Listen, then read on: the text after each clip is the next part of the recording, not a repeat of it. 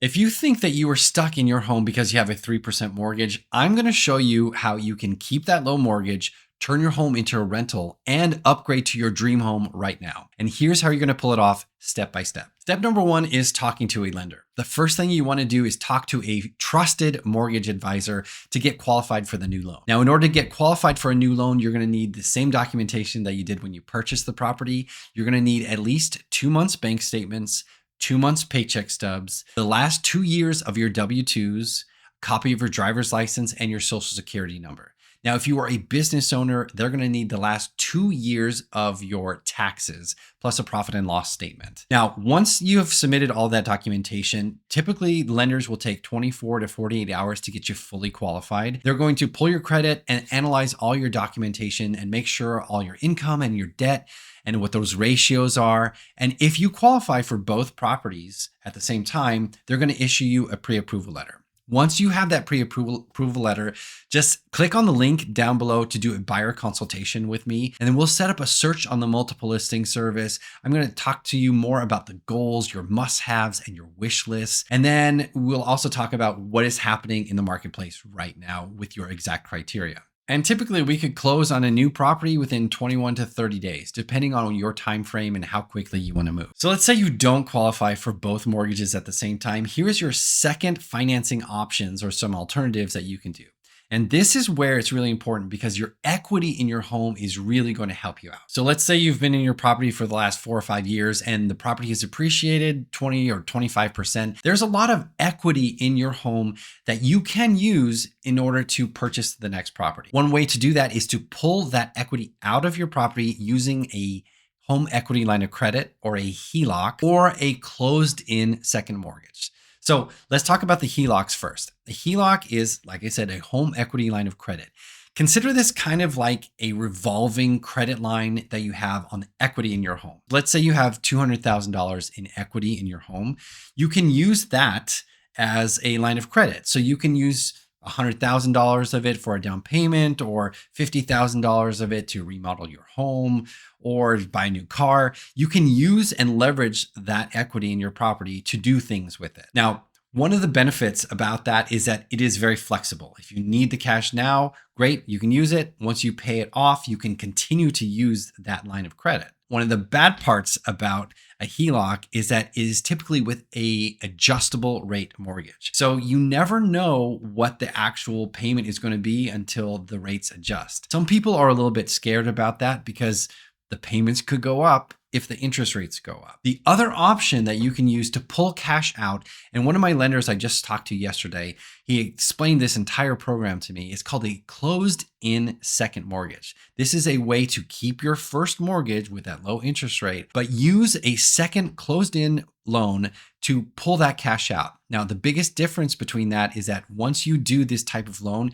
you have $200,000 sitting in the bank, and you're going to have to start paying on that full amount as soon as you close on this second loan. But the benefit about this is that it does have a fixed rate. So you know exactly what your monthly payment is going to be every single day. So a lot of people are using this type of loan product because they know exactly what they're going to get. There's no changes, there's no fluctuations in the payment.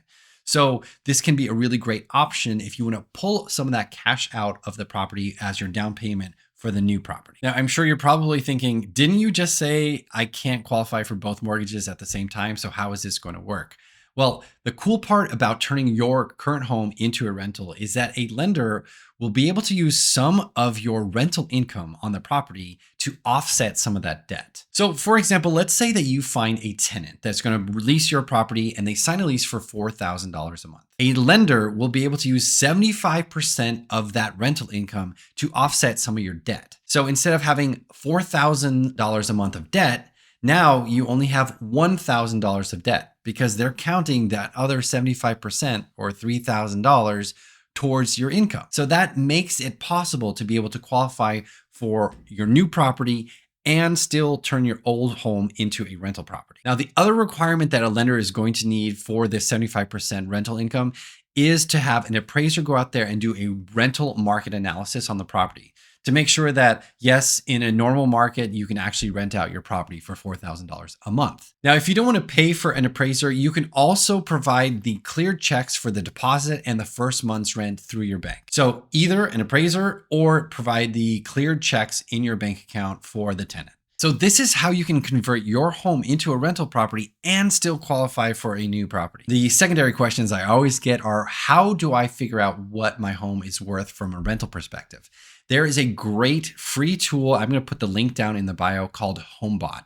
Homebot gives you great information about monthly sales, what your home value is, what your short-term rental potential is, and what your long-term rental potential is. So this is a great free program. You get once a month updates. All of my clients absolutely love it. I'm going to put the link in the description down below. So make sure you fill that out and you just put your address, your email, and it'll send you a monthly update on what your home can rent for, what it's worth. So you have a ton of information. All of my clients think it's great. Here are some of the pros and cons about turning your home into a rental property. Number one, you will build long-term wealth and have somebody else pay down your mortgage while your home tends to appreciate. This is the fastest way to grow wealth. And especially in Los Angeles, the hardest part of getting into the real estate market here is getting in. Once you're in, you want to stay there and let the appreciation work for you and have somebody else pay down your mortgage. This is a great way to build long-term wealth. The second thing is passive income. Once you have paid down that mortgage or paid off the mortgage, that rental income is pure profit. So this is another great way to have passive income down the road. And the third one is you have flexibility. You can always sell that property and take advantage of some of the appreciation and have somebody else pay down some of that mortgage. Some of the drawbacks of turning your home into a rental is the timing can be really, really tight. You have to find that tenant, you have to sign the lease, you get those deposits in place all before you close on the new property. All of this has to happen with a real clear game plan in place. So make sure that you're working with somebody who knows what they're doing. Number two, there's always a cash flow risk. Let's say the tenant delays their move-in or they don't pay or the property is vacant for a certain amount of time. You definitely want to have a little bit of a cushion to cover those kinds of expenses. And the last thing is that you're going to be a landlord and sometimes landlords have to deal with a lot of crap. So make sure that you are really good about making sure that tenant that is going into your property is background checked and verified that they're going to be good tenants that pay on time. Sometimes that is the risk, but in most cases, it's going to be far beneficial to have a rental property growing and having somebody else pay that mortgage down than not. If this sounds like something that you want to try, I'd be more than happy to help you out and get you through this complicated process. You can schedule a time to chat with me in the link down below, and we can talk about your goals and discuss your home's value and what you want to get in the next house. And you can also call me at 213-268-6832. Again, my name is Felipecrook with eXp Realty, investing in your dreams.